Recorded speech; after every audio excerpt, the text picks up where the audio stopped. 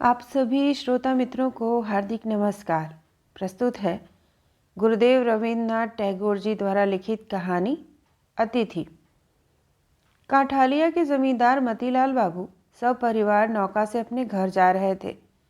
रास्ते में दोपहर के समय नदी किनारे की एक मंडी के पास नौका बांधकर भोजन बनाने का आयोजन कर ही रहे थे कि इसी बीच एक ब्राह्मण बालक ने आकर पूछा, बाबू तुम लोग कहाँ जा रहे हो? प्रश्नकर्ता की आयु 15-16 से अधिक न होगी। मतीलाल बाबू ने उत्तर दिया, काठालिया। ब्राह्मण बालक ने कहा, मुझे रास्ते में नदी गांव उतार देंगे क्या? बाबू ने स्वीकृति प्रकट करते हुए पूछा, तुम्हारा नाम क्या है? ब्राह्मण बालक ने कहा, मेरा नाम तारापद है। गौर वर्ण बालक देखने में बड़ा सुंदर था। उसकी बड़ी बड़ी आंखों और मुस्कुराते हुए ओष्ठाधरों पर सुललित सौकुमार झलक रहा था। वस्त्र के नाम पर उसके पास एक मैली धोती थी। उभरी हुई देह में किसी प्रकार का बाहुल्य न था, मानो किसी शिल्पी ने बड़े यत्न से निर्दोष सुडौल रूप में गढ़ा हो। मानो वह पूर्व जन्म में तापस बालक रहा हो और निर्मल तपस्या के प्रभाव से उसकी देह का बहुत सा अतिरिक्त भाग क्षय होकर एक सम्मार्जित ब्राह्मण श्री परिस्फुटित हो उठी हो। मतीलाल बाबू ने बड़े स्नेह से उससे कहा, बेटा स्नान कर आओ, भोजनादि यहीं होगा। तारापद बोला, ठहरिए, और वह तत्क्षण इस संकोच भोजन के आयोजन में सहयोग देने लगा। मतीलाल बाबू का नौकर अबंगाली था। मछली आदि काटने में वह इतना निपुण नहीं था। तारापद ने उसका काम स्वयं लेकर थोड़े ही समय में अच्छी तरह से संपन्न कर दिया और 2-1 सब्जी भी बड़ी कुशलता से तैयार कर दी। भोजन बनाने का कार्य समाप्त होने पर तारापद ने नदी में स्नान करके पोटली खोली और एक सफ़ेद वस्त्र धारण किया। काठ की एक छोटी सी कंघी लेकर सिर के बड़े बड़े बाल माथे पर से हटाकर गर्दन पर डाल लिए और स्वच्छ जनेऊ का धागा छाती पर लटकाकर नौका में मती बाबू के पास जा पहुंचा। मती बाबू उसे नौका से भीतर ले गए। वहाँ मती बाबू की स्त्री और उनकी 9 वर्षीय कन्या बैठी थी। मती बाबू की स्त्री अन्नपूर्णा सुंदर बालक को देखकर स्नेह से उच्छ्वसित हो उठी। मन ही मन कह उठी, हा किसी का बच्चा है, कहाँ से आया? इसकी माँ इसे छोड़कर किस प्रकार जीती होगी? यथा समय मती बाबू और उस लड़के के लिए पास पास 2 आसन डाले गए। लड़का ऐसा भोजन प्रेमी न था। अन्नपूर्णा ने उसका अल्पाहार देखकर मन में सोचा कि घबरा रहा है। इससे वह यह खाने के लिए बहुत अनुरोध करने लगी, किंतु जब वह भोजन से निवृत्त हो गया तो उसने कोई भी अनुरोध न माना। देखा गया कि लड़का हर काम अपनी इच्छा के अनुसार करता, लेकिन ऐसे सहज भाव से करता कि उसमें किसी भी प्रकार की जिद या हठ का आभास न मिलता। उसके व्यवहार में लज्जा के लक्षण लेश मात्र भी नहीं दिखाई पड़े। सबके भोजनादि के बाद अन्नपूर्णा उसको बैठाकर प्रश्नों द्वारा उसका इतिहास जानने को प्रवृत्त हुई। कुछ भी विस्तृत विवरण संग्रह न हो सका। बस इतनी सी बात जानी जा सकी कि लड़का 7-8 बरस की उम्र में ही स्वेच्छा से घर छोड़कर भाग आया है। अन्नपूर्णा ने प्रश्न किया, तुम्हारी माँ नहीं है? तारापद ने कहा, है। अन्नपूर्णा ने पूछा, वे तुम्हें प्यार नहीं करती? इससे अत्यंत विचित्र प्रश्न समझकर हंसते हुए तारापद ने कहा, प्यार क्यों नहीं करेंगी? अन्नपूर्णा ने प्रश्न किया, तो फिर तुम उन्हें छोड़ क्यों आए? तारापद बोला, उनके और भी 4 लड़के और 3 लड़कियां हैं। बालक के इस विचित्र उत्तर से व्यथित होकर अन्नपूर्णा ने कहा, मैया रे मैया, यह कैसी बात है? 5 अंगुलियां हैं तो क्या 1 अंगुली त्यागी जा सकती है? तारापद की उम्र कम थी, उसका इतिहास भी उसी मात्रा में संक्षिप्त था, किंतु लड़का बिल्कुल असाधारण था। वह अपने माता पिता का चौथा पुत्र था। शैशव में ही पितृहीन हो गया था। बहु संतान वाले घर में भी तारापद सबको अत्यंत प्यारा था। माँ, भाई, बहन और मोहल्ले के सभी लोगों से वह अजस्र स्नेह लाभ करता। यहाँ तक कि गुरुजी भी उसे न मारते तो भी बालक के अपने पराये सभी उससे वेदना का अनुभव करते। ऐसी अवस्था में उसके घर छोड़ने का कोई कारण न था। जो उपेक्षित रोगी लड़का हमेशा चोरी करके पेड़ों से फल और गृहस्थों से उसका चौगुना प्रतिफल पाता घूमता फिरता। वह भी अपनी परिचित ग्राम सीमा के भीतर अपनी कष्ट देने वाली माँ के ही पास पड़ा रहा, और समस्त ग्राम का दुलारा यह लड़का एक विदेशी यात्रा दल में शामिल होकर निर्ममता से ग्राम छोड़कर भाग खड़ा हुआ। लोग उसका पता लगाकर उसे गांव लौटा लाए। उसकी माँ ने उसे छाती से लगाकर आंसुओं से आर्द्र कर दिया। उसकी बहनें रोने लगी। उसके बड़े भाई ने पुरुष अभिभावक का कठिन कर्तव्य पालन करने के उद्देश्य से उस पर मृदु भाव से शासन करने का यत्न करके अंत में अनुतप्त चित्त से खूब प्यार किया और नाना प्रलोभनों से उसे वश में करने की चेष्टा की, किंतु बंधन, यही नहीं, स्नेह का बंध नौ भी उसे सहन न हुआ। उसके जन्म नक्षत्र ने उसे गृहहीन कर रखा था। और जब भी देखता कि नदी में कोई विदेशी नौका अपनी रस्सी घिसटाती आ रही है, गांव के विशाल पीपल वृक्ष के तले दूर देश के किसी सन्यासी ने आश्रय लिया है, अथवा बंजारे नदी किनारे ढालू मैदान में छोटी छोटी चटाइयाँ बांधकर खपच्चियाँ छीलकर टोकरियाँ बनाने में लगे हैं, तब बाह्य पृथ्वी की स्नेहहीन अज्ञात स्वाधीनता के लिए उसका मन बेचैन हो उठता। लगातार 2-3 बार भागने के बाद उसके कुटुंबियों और गांव के लोगों ने उसकी आशा छोड़ दी। पहले उसे एक यात्रा दल का साथ पकड़ा। सब अधिकारी उससे पुत्र के समान स्नेह करने लगे और वह दल के छोटे बड़े सभी का प्रिय पात्र हो गया। यही नहीं, जिस घर में यात्रा होती उस घर के मालिक, विशेषकर घर का महिला वर्ग, जब विशेष रूप से उसे बुलाकर उसका आदर मान करने लगा, तब एक दिन किसी से बिना कुछ कहे वह भटक कर कहाँ चला गया इसका फिर किसी को कोई न पता चल सका। तारापद हरिण शिशु के समान बंधन भीरु था, हरिण के ही समान संगीत प्रेमी भी।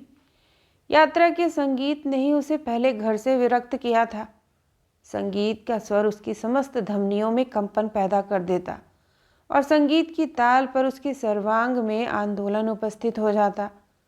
जब वह बिल्कुल बच्चा था तब भी वह संगीत सभाओं में जिस प्रकार संयत गंभीर प्रौढ़ भाव से आत्म विस्मृत होकर बैठा बैठा झूमने लगता, उसे देखकर प्रवीण लोगों के लिए हंसी संवरण करना कठिन हो जाता। केवल संगीत ही क्यों, वृक्षों के घने पत्तों पर जब श्रवण की वृष्टि धारा पड़ती, आकाश में मेघ गरजते, पवन अरण्य में मात्रहीन दैत्य शिशु की भांति क्रंदन करता रहता, तब उसका चित्त मानोच्च श्रृंखल हो उठता। संगीत के इस मोह से आकृष्ट होकर वह शीघ्र ही एक पांचाली दल में भर्ती हो गया। मंडली का अध्यक्ष उसे बड़े यत्न से गाना सिखाने और पांचाली कंठस्थ करने में प्रवृत्त हुआ और उसे वक्ष पिंजर के पक्षी की भांति प्रिय समझकर स्नेह करने लगा। पक्षी ने थोड़ा बहुत गाना सीखा और एक दिन तड़के उड़कर चला गया। अंतिम बार वह जिम्नास्टिक करने वालों के दल में शामिल हुआ। जेठ के अंतिम दिनों से लेकर आषाढ़ के समाप्त होने तक का अंचल में जगह जगह क्रमानुसार संवेद रूप से अनुष्ठित मेले लगते। उनके उपलक्ष्य में यात्रा वालों के 2-3 दल, पांचाली गायक, कवि, नर्तकियां और अनेक प्रकार की दुकानें, छोटी छोटी नदियों उपनदियों के रास्ते, नौकाओं द्वारा एक मेले के समाप्त होने पर दूसरे मेले में घूमती रहती। पिछले वर्ष से कलकत्ता की एक छोटी जिम्नास्टिक मंडली इस पर्यटनशील मेले के मनोरंजन में योग दे रही थी। तारापद ने पहले तो नौका रोड दुकानदारों के साथ मिलकर मेले में पान की गिलौरियां बेचने का भार लिया। बाद में अपने स्वाभाविक कौतूहल के कारण इस जिम्नास्टिक दल के अद्भुत व्यायाम नैपुण्य से आकृष्ट हो उसमें प्रवेश लिया। तारापद ने अपने आप अभ्यास करके अच्छी तरह वंशी बजाना सीख लिया था। जिम्नास्टिक के समय वह द्रुत ताल पर लखनऊ की ठुमरी के सुर में वंशी बजाता। यही उसका एकमात्र काम था। उसका आखिरी पलायन इसी दल से हुआ था। उसने सुना था कि नंदीग्राम के जमींदार बाबू बड़ी धूमधाम से एक शौकिया यात्रा दल बना रहे हैं, अतः वह अपनी छोटी सी पोटली लेकर नंदीग्राम की यात्रा की तैयारी कर रहा था। इसी समय उसकी भेंट मती बाबू से हो गई। एक के बाद एक नाना दलों में शामिल होकर भी तारापद ने अपनी स्वाभाविक कल्पना प्रवीण प्रकृति के कारण किसी भी दल की विशेषता प्राप्त नहीं की थी। वह अंतःकरण से बिल्कुल निर्लिप्त और मुक्त था। संसार में उसने सर्वदा अनेक कुत्सित बातें सुनी और अनेक अशोभन दृश्य देखे, किंतु उन्हें उसके मन में संचित होने का रत्ती भर अवकाश न मिला। उस लड़के का ध्यान किसी और था ही नहीं। अन्यान्य बंधनों की भांति किसी प्रकार का अभ्यास बंधन भी उसके मन को बांध न सका।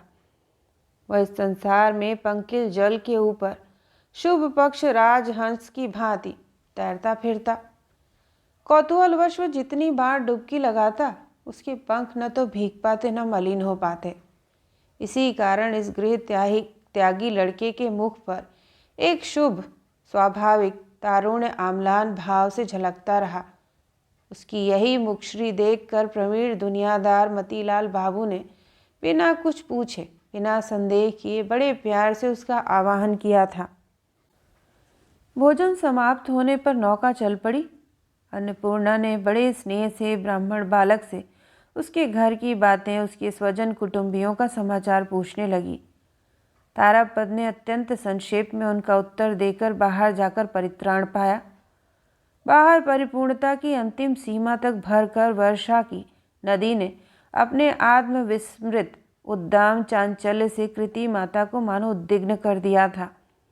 मेघ मुक्त धूप में नदी किनारे की अर्ध निमग्न काष्ठ श्रेणी एवं उसके ऊपर के सरस सघन ईंख के खेत और उससे भी परवर्ती प्रदेश में दूर दिगंत चुंबित नील वन रेखा भी सभी कुछ मानो किसी काल्पनिक कथा की सोने की छड़ी के स्पर्श से सद्य जागृत नवीन सौंदर्य की भांति नीरव नीलाकाश की मुग्ध दृष्टि के सम्मुख परिस्फुटित हो उठा।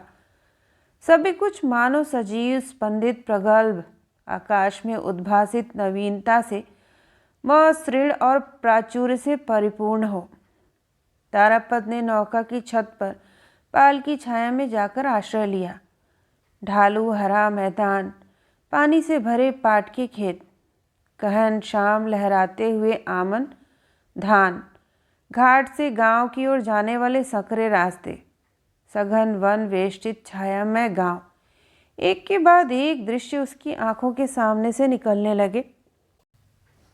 नौका की छत पर जाकर तारापद ने धीरे धीरे खेवैया माझियों से बातचीत छेड़ दी। बीच बीच में आवश्यकता अनुसार वह मल्लाहों के हाथ से लग्गी लेकर खुद ही ठेलने लग जाता। माझियों को जब हुक्का पीने की ज़रूरत पड़ती तो वह स्वयं जाकर हाल संभाल लेता। जब जिधर हाल मोड़ना आवश्यक होता वह दक्षतापूर्वक संपन्न कर देता। संध्या होने से कुछ पूर्व अन्नपूर्णा ने तारापद को बुलाकर पूछा, रात में तुम क्या खाते हो? तारापद बोला, जो मिल जाता है वही खा लेता हूँ, रोज खाता भी नहीं। इस सुंदर ब्राह्मण बालक की आतिथ्य ग्रहण करने की उदासीनता अन्नपूर्णा को थोड़ी कष्टकर प्रतीत हुई। उनकी बड़ी इच्छा थी कि खिला पिलाकर पहना ओढ़ाकर इस गृहच्युत यात्री बालक को संतुष्ट करें, किंतु वह किससे संतुष्ट होगा यह वे न जान सकी। नौकरों को बुलाकर गांव से दूध मिठाई आदि खरीद मंगाने में अन्नपूर्णा ने धयम धाम मचा दी। तारापद ने पेट भर भोजन तो किया किंतु दूध नहीं पिया। मौन स्वभाव मतीलाल बाबू तक ने उससे दूध पीने का अनुरोध किया। उसने संक्षेप में कहा, मुझे अच्छा नहीं लगता। नदी पर 2-3 दिन बीत गए। तारापद ने भोजन बनाने, सौदा खरीदने से लेकर नौका चलाने तक सब कामों में स्वेच्छा और तत्परता से योग दिया। जो भी दृश्य उसकी आंखों के सामने आता उसी ओर तारापद की कौतूहलपूर्ण दृष्टि दौड़ जाती। जो भी काम उसके हाथ, उसका मन सर्वदा हित गतिशील बने रहते। इसी कारण वह इस नित्य चलायमान प्रकृति की भांति सर्वदा निश्चिंत उदासीन रहता, किंतु सर्वदा क्रियासक्त भी। इधर बहुत दिनों तक नाना संप्रदायों के साथ योग देने के कारण अनेक प्रकार की मनोरंजनी विधाओं पर उसका अधिकार हो गया था। किसी भी प्रकार की चिंता से आच्छन्न न रहने के कारण उसके निर्मल स्मृति पटल पर सारी बातें अद्भुत सहज ढंग से अंकित हो जाती। पांचाली, कथकता, कीर्तन गान, यात्रा, अभिनय के लंबे अवतरण उसे कंठस्थ थे। मतीलाल बाबू अपनी नित्य प्रथा के अनुसार एक दिन संध्या समय अपनी पत्नी और कन्या को रामायण पढ़कर सुना रहे थे। लव कुश की कथा की भूमिका चल रही थी। तभी तारापद अपना उत्साह संवरण न कर पाने के कारण नौका की छत से उतर आया और बोला, किताब रहने दे, मैं लव कुश का गीत गाता हूँ, आप सुनते चलिए। यह कहकर उसने लव कुश की पांचाली शुरू कर दी। बांसुरी के से सुमिष्ट उन्मुक्त स्वर में वह बड़ी तेज गति से दासुराय के अनुप्रासों की वर्षा करने लगा। डांडी मछुए सभी दरवाजे पर आकर झुके पड़ रहे थे।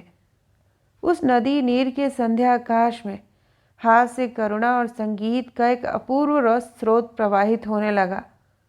दोनों निस्तब्ध किनारे कौतूहलपूर्ण हो उठे। पास से जो नौकाएं गुजर रही थीं, उनमें बैठे लोग क्षण भर के लिए उत्कंठित होकर उसी ओर कान लगाए रहे। जब गीत समाप्त हो गया तो सभी ने व्यथित चित्त से लंबी सांस लेकर सोचा, इतनी जल्दी क्यों समाप्त हो गया। सजल नैना अन्नपूर्णा की इच्छा हुई कि इस लड़के को गोद में बैठाकर छाती से लगाकर इसका माथा सूंघ ले। मतीलाल बाबू सोचने लगे, इस लड़के को यदि किसी प्रकार अपने पास रख सकूं तो पुत्र का अभाव पूरा हो जाए। केवल छोटी बालिका चारू शशि का अंतःकरण ईर्ष्या और विद्वेष से परिपूर्ण हो उठा। चारू शशि अपने माता पिता की इकलौती संतान और उनके स्नेह की एकमात्र अधिकारिणी थी। उसकी धुन और हठ की कोई सीमा न थी। खाने, पहनने, बाल बनाने के संबंध में उसका अपना स्वतंत्र मत था, किंतु उस मन में तनिक भी स्थिरता नहीं थी। जिस दिन कहीं निमंत्रण होता, उस दिन उसकी माँ को भय रहता कहीं लड़की सास सिंगार को लेकर कोई असंभव जिद न कर बैठे। यदि दैवात कभी केश बंधन उसके मन के अनुकूल न हुआ तो फिर उस दिन चाहे जितनी बार बाल खोलकर चाहे जितने प्रकार से बांधे जाते, वो किसी प्रकार संतुष्ट न होती और अंत में रोना धोना मच जाता। हर बात में यही दशा थी, पर कभी कभी जब उसका चित्त प्रसन्न रहता तो उसे किसी प्रकार की कोई आपत्ति न होती। उस समय वह प्रचुर मात्रा में स्नेह प्रकट करके अपनी माँ से लिपट कर चूम कर हंसती हुई बात करते करते उसे एकदम परेशान कर डालती। यह छोटी बालिका एक दुर्भेद्य पहेली थी। यह बालिका अपने दुर्योध हृदय के पूरे वेग का प्रयोग करके मनी मन विषम ईर्ष्या से तारापद का निरादर करने लगी। माता पिता को भी उसने पूरी तरह से उद्विग्न कर डाला। भोजन के समय रोदनोन्मुखी होकर भोजन के पात्र को ठेलकर फेंक देती। खाना उसको रुचिकर न लगता, नौकरानी को मारती, सभी बातों में अकारण शिकायत करती रहती। जैसे जैसे तारापद की विद्याएं उसका एवं अन्य सबका मनोरंजन करने लगी, वैसे ही वैसे मानो उसका क्रोध बढ़ने लगा। तारापद में कोई गुण है, इसे उसका मन स्वीकार करने से विमुख रहता, और इसका जब प्रमाण प्रबल होने लगता तो उसके असंतोष की मात्रा भी बढ़ गई। तारापद ने जिस दिन लवकुश का गीत सुनाया, उस दिन अन्नपूर्णा ने सोचा, संगीत से बन के पशु तक वश में आ जाते हैं, आज शायद मेरी लड़की का मन पिघल गया है। उसने पूछा, चारू कैसा लगा? उसने कोई उत्तर दिए बिना बड़े जोर से सिर हिला दिया। भाषा में इस मुद्रा का तर्जुमा करने पर यह रूप होता, जरा भी अच्छा नहीं लगा और न कभी अच्छा लगेगा। चारू के मन में ईर्ष्या का उदय हुआ है, यह समझकर उसकी माँ ने चारू के सामने तारापद के प्रति स्नेह प्रकट करना कम कर दिया।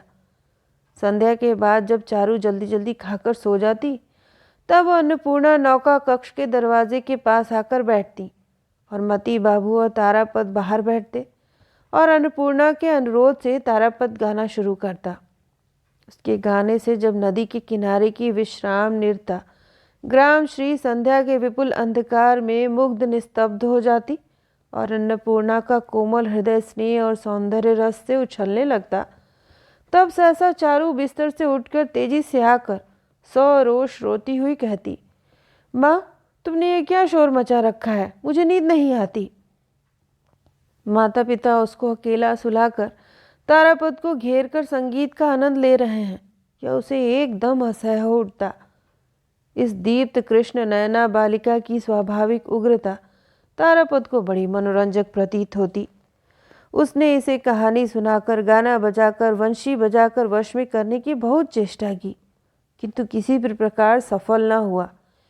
केवल जब मध्याह्न में तारापद नदी में स्नान करने उतरता, परिपूर्ण जलराशि में अपने गौरवर्ण सरल कमनीय देह को तैरने की अनेक प्रकार की क्रीड़ाओं में संचालित करता तरुण जल देवता के समान शोभा पाता, तब बालिका का कौतूहल आकर्षित हुए बिना न रहता। वह इसी समय की प्रतीक्षा करती रहती, किंतु आंतरिक इच्छा का किसी को भी पता न चलने देती। नंदीग्राम कब छूट गया तारापद को पता ही न चला। विशाल नौका अत्यंत मृदु मंद गति से कभी पाल तान कर कभी रस्सी खींचकर अनेक नदियों की शाखा प्रशाखाओं से होकर चलने लगी। नौकारोहियों के दिन बिन सभी नदियों उपनदियों के समान शांति सौंदर्यपूर्ण वैचित्र्य के बीच सहज सौम्य गति से मृदु मिष्ट कल स्वर में प्रवाहित होने लगे। किसी को किसी प्रकार की जल्दी न थी। दोपहर को स्नानागार में बहुत समय व्यतीत होता और इधर संध्या होते न होते बड़े दिखने वाले किसी गांव के किनारे घाट के समीप झिल्ली मंद्रित खद्योत नचित वन के पास नौका बांध दी जाती। इस प्रकार 10 दिन में नौका कांठालिया पहुंची।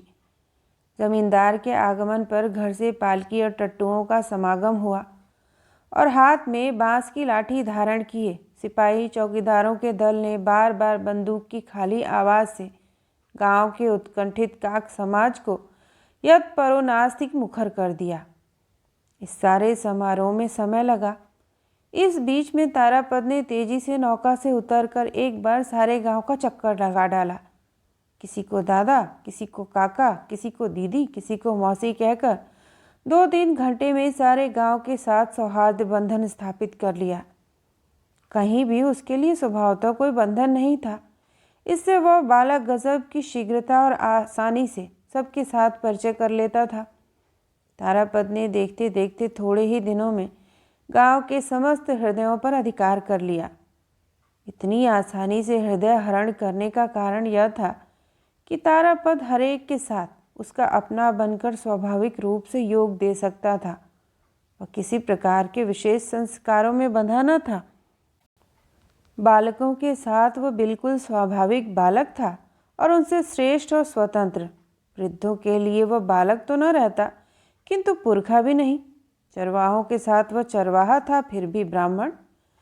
हरेक के हर काम में वह चिरकाल के सहयोगी के समान अभ्यस्त भाव से हस्तक्षेप करता। हलवाई की दुकान पर बातें करते करते हलवाई कह उठता, भैया जी ज़रा बैठे तो भाई, मैं अभी आता हूँ। तारापद आम्लान वदन से दुकान पर बैठकर साल के पत्ते से संदेश पर से मक्खियाँ उड़ाने लग जाता। मिठाइयाँ बनाने में भी वह पक्का था। करगे का मर्म भी उसे थोड़ा बहुत मालूम था। कुम्हार का चाक चलाना भी उसके लिए बिल्कुल नया न था। तारापद ने सारे गांव को वश में कर लिया। केवल ग्राम वासिनी एक बालिका की ईर्ष्या वह अभी तक जीत नहीं पाया था। यह बालिका उग्र स्वभाव से उससे बहुत दूर उसके निर्वासन की कामना करती थी। यही जानकर शायद तारापद इस गांव में इतने दिन आबद्ध बना रहा। किंतु बालिकावस्था में भी नारी के अंतर हृदय का भेद जानना बहुत कठिन है। चारु शशि ने इसका प्रमाण दिया। ब्राह्मण पुरोहितायन की कन्या सोनामणि 5 वर्ष की अवस्था में विधवा हो गई थी। वह चारु की समवयस्का सहेली थी। अस्वस्थ होने के कारण वह घर पर ही थी, जिसके कारण सहेली से कुछ दिनों तक भेंट न हो सकी। स्वस्थ होकर जिस दिन भेंट करने आई, उस दिन प्रायः कारण ही दोनों सहेलियों में कुछ मनोमालिन्य की नौबत आ गई। चारू ने अत्यंत विस्तार से बात आरंभ की थी। उसने सोचा था कि तारापद नामक अपने नव अर्जित परम रत्न को जुटाने की बात का विस्तार पूर्वक वर्णन करके वह अपनी सहेली के कौतूहल और विस्मय को आकाश पर चढ़ा देगी। किंतु जब उसने सुना कि तारापद सोनामणि के लिए तनिक भी अपरिचित नहीं था, पुरोहितायन को वो मौसी कहता है और सोनामणि उसको भैया कहकर पुकारती है। जब उसने सुना कि तारापद ने केवल बांसुरी पर कीर्तन का सुर बजाकर माता और पुत्री का मनोरंजन ही नहीं किया है, सोनामणि के अनुरोध से उसके लिए अपने हाथों बांस की एक बांसुरी भी बना दी है। न जाने कितने दिनों से वह उसे ऊंची डाल से फल और कंटक शाखा से फूल तोड़कर देता रहा है। तब चारू के अंतःकरण को मानो तप्त शूल बेधने लगा। चारू समझती थी कि तारापद विशेष रूप से उन्हीं का तारापद था। अत्यंत गुप्त रूप से संरक्षणीय। अन्य साधारण जन केवल उसका थोड़ा बहुत आभास मात्र पाएंगे, फिर भी किसी भी तरह का उसका सामीप्य न पा सकेंगे। दूर से ही उसके रूप गुण पर मुग्ध होंगे और चारू शशि को धन्यवाद देते रहेंगे। यही अद्भुत दुर्लभ दैव उपलब्ध ब्राह्मण बालक सोना मणि के लिए सहजगम्य क्यों हुआ? हम यदि इसे उसका यत्न करके न लाते, तो इतने यत्न से न रखते, तो सोनामणि आज इसका दर्शन कहाँ से पाती? चारू जिस तारापद को मन ही मन विद्वेष बाणों से जर्जर करने की चेष्टा करती रही है, उसी के एकाधिकार को लेकर इतना प्रबल उद्वेग क्यों? उसी दिन किसी अन्य तुच्छ बात के सहारे सोनामणि के साथ चारू की गहरी कुट्टी हो गई और वह तारापद के कमरे में जाकर उसकी प्रिय वंशी लेकर उस पर कूद कूद कर उसे कुचलती हुई निर्दयतापूर्वक तोड़ने लगी। चारू जब प्रचंड रोष में उस वंशी ध्वंस कार्य में व्यस्त थी, तभी तारापद ने कमरे में प्रवेश किया। बालिका की यह प्रलय मूर्ति देखकर उसे आश्चर्य हुआ। बोला, चारू, मेरी वंशी क्यों तोड़ रही हो? चारू रक्त नेत्रों लाल मुख से, ठीक कर रही हूँ, अच्छा कर रही हूँ कहकर टूटी हुई वंशी को और दो चार अनावश्यक लातें मारकर उच्चवसित कंठ से रोती हुई कमरे के बाहर चली गई। तारापद ने वंशी उठाकर उलट पुलट कर देखी। उसमें अब कोई दम न था। अकारण ही अपनी पुरानी वंशी की यह आकस्मिक दुर्गति देखकर वह अपनी हंसी न रोक सका। चारू शशि दिनों दिन उसके परम कौतूहल का विषय बनती जा रही थी। उसके कौतूहल का एक और क्षेत्र था, मतीलाल बाबू की लाइब्रेरी में अंग्रेजी की तस्वीरों वाली किताबें। बाहरी जगत से उसका यथेष्ट परिचय हो गया था, किंतु तस्वीरों के इस जगत में वह किसी प्रकार भी अच्छी तरह प्रवेश न कर पाता था। तस्वीरों की पुस्तक के प्रति तारापद का यह आग्रह देखकर एक दिन मतीलाल बाबू बोले, अंग्रेजी सीखोगे? तब तुम इन सारी तस्वीरों का अर्थ समझ लोगे। तारापद ने तुरंत कहा, सीखूंगा। मती बाबू ने खुश होकर गांव के एंट्रेंस स्कूल के हेडमास्टर राम रतन बाबू को प्रतिदिन संध्या समय इस लड़के को अंग्रेजी पढ़ाने के लिए नियुक्त कर दिया। तारापद अपनी प्रखर स्मरण शक्ति और अखंड मनोयोग के साथ अंग्रेजी अध्ययन में प्रवृत्त हुआ, मानो वह किसी नवीन दुर्गम राज्य में भ्रमण करने निकला हो। उसने पुराने जगत के साथ कोई संपर्क न रखा। मोहल्ले के लोग अब उसे न देख पाते। जब वह संध्या के पहले निर्जन नदी तट पर तेजी से टहलते टहलते पाठ कंठस्थ करता, तब उसका उपासक बालक संप्रदाय दूर से खिन्न चित्त होकर सभ्रम पूर्वक उसका निरीक्षण करता। उसके पाठ में बाधा डालने का साहस न कर पाता। चारू भी आजकल उसे बहुत नहीं देख पाती थी। पहले तारापद अंतःपुर में जाकर अन्नपूर्णा की स्नेह दृष्टि के सामने बैठकर भोजन करता था, किंतु इसके कारण कभी कभी देर हो जाती थी। इसलिए उसने मती बाबू से अनुरोध करके अपने भोजन की व्यवस्था बाहर ही करा ली। अन्नपूर्णा ने व्यथित होकर इस पर आपत्ति प्रकट की, किंतु अध्ययन के प्रति बालक का उत्साह देखकर अत्यंत संतुष्ट होकर मती बाबू ने इस नई व्यवस्था का अनुमोदन किया। तभी सहसा चारू भी जिद कर बैठी, मैं भी अंग्रेजी सीखूंगी। उसके माता पिता ने अपनी कन्या के इस प्रस्ताव को पहले तो परिहास का विषय समझकर हंसी उड़ाई, किंतु कन्या ने तुरंत इस प्रस्ताव के परिहास से अंश को प्रचुर अश्रु जलद धारा से पूर्ण रूप से धो डाला। अंत में इन स्नेह दुर्बल निरुपाय अभिभावकों ने बालिका के प्रस्ताव को गंभीरता से स्वीकार कर लिया। तारापद के साथ साथ चारू भी मास्टर से पढ़ने लग गई, किंतु पढ़ना लिखना इस अस्थिर चित्त बालिका के स्वभाव के विपरीत था। वो स्वयं तो कुछ न सीख पाई, बस तारापद की पढ़ाई में विघ्न डालने लगी। वह पिछड़ जाती, पाठ कंठस्थ न करती, किंतु फिर भी वह किसी भी प्रकार तारापद से पीछे न रहना चाहती। तारापद के उससे आगे निकलकर नया पाठ लेने पर वो बहुत रुष्ट होती, यहाँ तक कि रोने धोने से भी बाज न आती। तारापद की पुरानी पुस्तक समाप्त कर नई पुस्तक खरीदने पर उसके लिए भी नई पुस्तक खरीदनी पड़ती। तारापद छुट्टी के समय स्वयं कमरे में बैठकर लिखता और पाठ कंठस्थ करता। यह उस ईर्ष्यापरायणा बालिका को सहन न होता। वह छिप कर उसके लिखने की कॉपी पर स्याही उड़ेल देती, कलम चुरा कर रख देती, यहाँ तक कि किताब में जिसका अभ्यास करना होता उसका अंश फाड़ आती। तारापद बालिका की यह सारी धृष्टता आमोदपूर्वक सहता, असह्य होने पर मारता, किंतु किसी भी प्रकार उसका नियंत्रण न कर सका। दैवात एक उपाय निकल आया। एक दिन बहुत खींचकर निरुपाय तारापद स्याही से रंगी अपनी लिखने की कॉपी फाड़ फेंक कर गंभीर खिन्न मुद्रा में बैठा था। दरवाजे के पास आकर चारू ने सोचा कि आज मार पड़ेगी, किंतु उसकी प्रत्याशा पूर्ण नहीं हुई। तारापद बिना कुछ कहे चुपचाप बैठा रहा। बालिका कमरे के भीतर बाहर चक्कर काटने लगी। बारंबार उसके इतने समीप से निकलती कि तारापद चाहता तो अनायास से उसकी पीठ पर एक थप्पड़ जमा सकता था, किंतु वह ऐसा न कर गंभीर ही बना रहा। बालिका बड़ी मुश्किल में पड़ गई। किस प्रकार क्षमा प्रार्थना करनी होती इस विद्या का तो उसने कभी अभ्यास न किया था, इसलिए उसका अनुतप्त क्षुद्र हृदय अपने सहपाठी से क्षमा याचना करने के लिए अत्यंत कातर हो उठा। अंत में कोई उपाय न देखकर फटी हुई लेख पुस्तिका का टुकड़ा लेकर तारापद के पास बैठकर खूब बड़े बड़े अक्षरों में लिखा, मैं फिर कभी किताब पर स्याही नहीं फैलाऊंगी। लिखना समाप्त कर वो उस लेख की ओर तारापद का ध्यान आकर्षित करने के लिए अनेक प्रकार की चंचलता प्रदर्शित करने लगी। यह देखकर तारापद हंसी न रोक सका। वह हंस पड़ा। इस पर बालिका लज्जा और क्रोध से अधीर होकर कमरे से भाग गई। जिस कागज पर उसने अपने हाथ से दीनता प्रकट की थी, उसको अनंत काल के लिए और अनंत जगत से बिल्कुल लोप कर पाती तो उसके हृदय का गहरा क्षोभ मिट सकता। उधर संकुचित चित्त सोना मणि एक दो दिन अध्ययनशाला के बाहर घूम फिर कर झाँक कर चली गई। सहेली चारू शशि के साथ और सब बातों में उसका विशेष बंधुत्व था, किंतु तारापद के संबंध में चारू को वह अत्यंत भय और संदेह से देखती।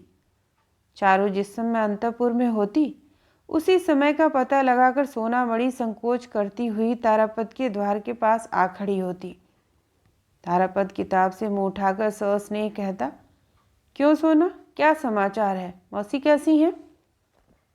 सोना मणि कहती, बहुत दिन से आए नहीं, माँ ने तुमको एक बार चलने के लिए कहा है। कमर में पीड़ा होने के कारण वे तुम्हें देखने नहीं आ सकती। शायद इसी बीच सहसा चारू आ उपस्थित होती। सोना मणि घबरा जाती। वह मानो छिपकर अपनी सहेली की संपत्ति चुराने आई हो। चारू आवाज़ को सप्तम पर चढ़ाकर भौं चढ़ाकर मुंह बनाकर कहती, ऐ सोना, तू पढ़ने के समय हल्ला मचाने आती है, अभी जाकर पिताजी से कह दूंगी। मानो वह स्वयं तारापद की प्रवीण अभिभाविका हो, उसके पढ़ने लिखने में लेश मात्र भी बाधा न पड़े, मानो रात दिन बस उसे इसी की चिंता रहती है।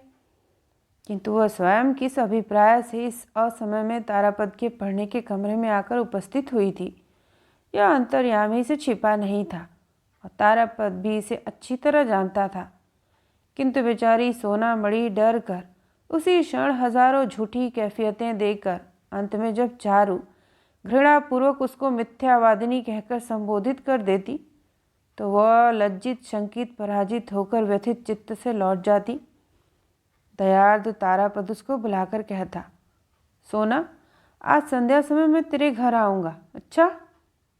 चारू सर्पिणी के समान फुफकारती हुई उठकर कहती, हाँ जाओगे? तुम्हें पाठ तैयार नहीं करना? मैं मास्टर साहब से कहना दूंगी। चारू की इस धमकी से न डरकर तारापद एक दो दिन संध्या के बाद पुरोहित जी के घर गया था। तीसरी या चौथी बार चारू ने कोरी धमकी न देकर धीरे धीरे बाहर से तारापद के कमरे के दरवाजे पर सांकल चढ़ाकर माँ के मसाले के बक्स का ताला लगा दिया। सारी संध्या तारापद को इसी तरह बंदी अवस्था में रखकर भोजन के समय द्वार खोला। गुस्से के कारण तारापद कुछ न बोला और बिना खाए चले जाने की तैयारी करने लगा। उस समय अनुतप्त व्याकुल बालिका हाथ जोड़कर विनयपूर्वक बारंबार कहने लगी, मैं तुम्हारे पैरों पड़ती हूँ, मैं फिर ऐसा नहीं करूँगी, तुम खाकर जाना। इससे भी जब तारापद वश में ना आता तो वह अधीर होकर रोने लगी। संकट में पड़कर तारापद लौटकर भोजन करने बैठ गया। चारू ने कितनी बार अकेले में प्रतिज्ञा की कि वह तारापद के साथ सद्व्यवहार करेगी, फिर कभी उसे एक क्षण के लिए भी परेशान न करेगी। किंतु सोना मणि आदि अन्य 5 जनों के बीच में आप पड़ते ही न जाने कब कैसे उसका मिजाज बिगड़ जाता और वह आत्मनियंत्रण न कर पाती। कुछ दिन जब ऊपर ऊपर से वह भलमनसाहट बरतती, तभी किसी आगामी उत्कट विप्लव के लिए तारापद सतर्कता पूर्वक प्रस्तुत हो जाता। उस हठात आक्रमण किस कारण किस दिशा से होगा कहा नहीं जा सकता था। इस तरह लगभग 2 वर्ष बीत गए। इतने लंबे समय तक तारापद कभी किसी के पास बंधकर नहीं रहा। शायद पढ़ने लिखने में उसका मन एक अपूर्व आकर्षण से बंध गया था। लगता है वयोवृद्धि के साथ उसकी प्रकृति में भी परिवर्तन आरंभ हो गया था और स्थिर बैठे रहकर संसार की सुख स्वच्छंदता का भोग करने की ओर उसका मन लग गया था। कदाचित उसकी सहपाठिनी बालिका का स्वाभाविक दौरात्म्य चंचल सौंदर्य अलक्षित भाव से उसके हृदय पर बंधन फैला रहा था। इधर चारू की अवस्था 11 पार कर गई। मती बाबू ने खोज कर अपनी पुत्री के विवाह के लिए 2-3 अच्छे रिश्ते जुटाए। कन्या की अवस्था विवाह के योग्य हुई जानकर मती बाबू ने उसका अंग्रेजी पढ़ना और बाहर निकलना बंद कर दिया। इस आकस्मिक अवरोध पर घर के भीतर चारू ने भारी आंदोलन उपस्थित कर दिया। तब अन्नपूर्णा ने एक दिन मती बाबू को बुलाकर कहा, पात्र के लिए तुम इतनी खोज क्यों करते फिर रहे हो?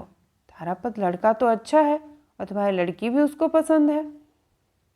सुनकर मती बाबू ने बड़ा विस्मय प्रकट किया। कहा, यह भी कभी हो सकता है। तारापद का कुलशील कुछ भी ज्ञात नहीं। मेरी इकलौती लड़की है, मैं उसे अच्छे घर में देना चाहता हूँ। एक दिन राय डांगा के बाबुओं के घर से लोग लड़की देखने आए। वस्त्राभूषण पहनाकर चारू को बाहर लेने की चेष्टा की गई। वह सोने के कमरे का द्वार बंद करके बैठ गई, किसी भी प्रकार बाहर न निकली। मती बाबू ने कमरे के बाहर से बहुत ही अनुनय की, बहुत फटकारा, किसी प्रकार भी कोई परिणाम न निकला। अंत में बाहर आकर राय डांगा के दूतों से बहाना बनाकर कहना पड़ा कि एकाएक कन्या बहुत बीमार हो गई है, आज दिखाई नहीं हो सकेगी। उन्होंने सोचा लड़की में शायद कोई दोष है, इसी से इस चतुराई का सहारा लिया गया है। तब मती बाबू विचार करने लगे, तारापद लड़का देखने सुनने में सब तरह से अच्छा है, उसको मैं अपने घर में ही रख सकूंगा। ऐसा होने से अपनी एकमात्र लड़की को पराये घर भेजना नहीं पड़ेगा। यह भी सोचा कि उनकी अशांत अबाध्य लड़की का तुरंतपना उनकी स्नेहपूर्ण आंखों को कितना ही क्षम्य प्रतीत हो, ससुराल वाले सहन नहीं करेंगे। फिर पति पत्नी ने सोच विचार कर तारापद के घर उसके सारे कुल का हालचाल जानने के लिए आदमी भेजा। समाचार आया कि वंश अच्छा है किंतु दरिद्र है। तब मती बाबू ने लड़के की माँ और भाई के पास विवाह का प्रस्ताव भेजा। उन्होंने आनंद से उच्छ्वसित होकर सम्मति देने में मुहूर्त भर की भी देर न की। कंठालिया के मती बाबू और अन्नपूर्णा विवाह के दिन लग्न की आलोचना करने लगे, किंतु स्वाभाविक गोपनीयता प्रिय सावधान मती बाबू ने बात को गोपनीय रखा। चारू को बंद न रखा जा सका। वह बीच बीच में वर्गी के हमले की तरह तारापद के कमरे में जा पहुंचती। कभी रोष, कभी प्रेम, कभी विराग के द्वारा उसके अध्ययन क्रम की निभृत शांति को अकस्मात तरंगित कर देती। उससे आजकल इस निर्लिप्त मुक्त स्वभाव ब्राह्मण बालक के मन में बीच बीच में कुछ समय के लिए विद्युत स्पंदन के समान एक अपूर्व चांचल्य का संचार हो जाता। जिस व्यक्ति का हल्का चित्त सर्वदा अक्षुण व्याहत भाव से काल स्रोत की तरंग शिखरों पर उतरकर सामने बह जाता था, वह आजकल प्रायः अन्य मनस्क होकर विचित्र दिवा स्वप्न के जाल में उलझ जाता। वह प्रायः पढ़ना लिखना छोड़कर मती बाबू की लाइब्रेरी में प्रवेश करके तस्वीरों की पुस्तकों के पन्ने उलटता रहता। उन तस्वीरों के मिश्रण से जिस कल्पना लोक की रचना होती, वह पहले की अपेक्षा बहुत स्वतंत्र और रंगीन था। चारों का विचित्र आचरण देखकर वह पहले की भांति स्वाभाविक परिहास न कर पाता। उधम करने पर उसको मारने की बात मन में उदय भी न होती। अपने में यह गूढ़ परिवर्तन या आबद्ध आसक्त भाव उसे अपने निकट एक नूतन स्वप्न के समान लगने लगा। श्रावण में विवाह का शुभ दिन निश्चित करके मती बाबू ने तारापद की माँ और भाइयों को बुलावा भेजा। तारापद को यह नहीं बताया। कलकत्ता के फौजी बैंड को बयाना देने के लिए मुख्तार को आदेश दिया और सामान की सूची भेज दी। आकाश में वर्षा के नए बादल आ गए। गांव की नदी इतने दिन तक सूखी पड़ी थी। बीच बीच में केवल किसी किसी गड्ढे में पानी भरा रहता था। छोटी छोटी नौकाएं इस पंकिल जल में डूबी रहती थीं और नदी की सूखी धार में बैलगाड़ियों के आवागमन से गहरी लीकें खुद गई थीं। ऐसे समय एक दिन पिता के घर से लौटी पार्वती के समान न जाने कहाँ से द्रुतगामिनी जलधारा कल हाथ से करती हुई गांव के शून्य वक्ष पर आ उपस्थित हुई। नंगे बालक बालिकाएं किनारे आकर ऊंचे स्वर से नृत्य करने लगे, मानो वे अतप्त आनंद से बारंबार जल में कूद कूद कर नदी को आलिंगन कर पकड़ने लगे हों। कुटी में निवास करने वाली स्त्रियां अपनी परिचित प्रिय संगिनी को देखने के लिए बाहर निकल आईं। शुष्क निर्जीव ग्राम में न जाने कहाँ से आकर एक प्रबल विपुल प्राण हिल्लोल ने प्रवेश किया। देश विदेश से छोटी बड़ी लदी हुई नौकाएं आने लगी। बाजार का घाट संध्या समय विदेशी मल्लाहों के संगीत से ध्वनित हो उठा। दोनों किनारे के गांव पूरे वर्ष अपने निभृत कोने में अपनी साधारण गृहस्थी लिए एकाकी दिन बिताते हैं। वर्षा के समय बाहरी विशाल पृथ्वी विचित्र पर्णोपहार लेकर गैरिक वर्ण जल रथ में बैठकर इन ग्राम कन्याओं की खोज खबर लेने आती है। इस समय जगत के साथ आत्मीयता के गर्व से कुछ दिन के लिए उनकी लघुता नष्ट हो जाती है। इसी समय कुडूल काटा में नाग बाबुओं के इलाके में विख्यात रथ यात्रा का मेला लगा।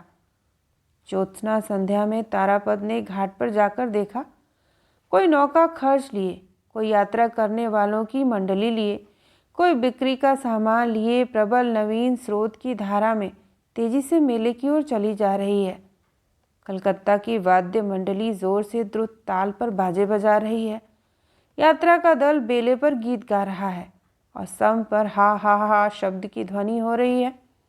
पश्चिमी प्रदेश की नौका के मल्लाह केवल मृदंग और करताल लिए उन्मत्त उत्साह से बिना संगीत के खचमच शब्द से आकाश को विदीर्ण कर रहे हैं, अर्थात उद्दीपनों की सीमा न थी। देखते देखते पूर्व क्षितिज से सघन मेघराशि ने प्रकांड काला पाल तान कर आकाश के बीच खड़ा कर दिया। चांद ढक गया। पूर्व की वायु वेग से बहने लगी। मेघ पीछे के मेघ दौड़ चले। नदी में जल कलकल हाथ से करता उमड़ने लगा। झिल्ली की ध्वनि जैसे दनात लेकर अंधकार को चीरने लगी। मानो आज सामने समस्त जगत की रथ यात्रा हो रही हो। चक्र घूम रहा है, ध्वजा फहरा रही है, पृथ्वी कांप रही है, मेघ उड़ रहे हैं, नौका चल रही है, नदी बह रही है। देखते देखते गुरु गंभीर ध्वनि में मेघ गरजने लगा। केवल नदी किनारे एक और कांठालिया ग्राम अपनी कुटी के द्वार बंद करके दिया बुझाकर चुपचाप सो रहा है। दूसरे दिन तारापद की माता और भाई आकर कांठालिया में उतरे। उसी दिन कलकत्ता से विविध सामग्री से भरी 3 बड़ी नौकाएं कांठालिया के जमींदार की कचहरी के घाट पर लगीं। एवं उसी दिन बहुत सवेरे सोनामणि कागज में थोड़ा सा अमावट और पत्ते के दोने में कुछ अचार लेकर डरती डरती तारापद के पढ़ने के कमरे के द्वार पर चुपचाप आकर खड़ी हुई। किंतु उस दिन तारापद नहीं दिखाई दिया। स्नेह प्रेम बंधुत्व के षड्यंत्र, बंधुजन उसको चारों ओर से पूरी तरह से घेर ले, इसके पहले ही वह बालक समस्त ग्राम का हृदय चुराकर एकाएक वर्षा के मेघ आच्छादित अंधकारपूर्ण रात्रि में आसक्ति विहीन उदासीन जनी विश्व पृथ्वी के पास चला गया। तो यह थी कहानी अतिथि। सुनने के लिए आप सभी का धन्यवाद।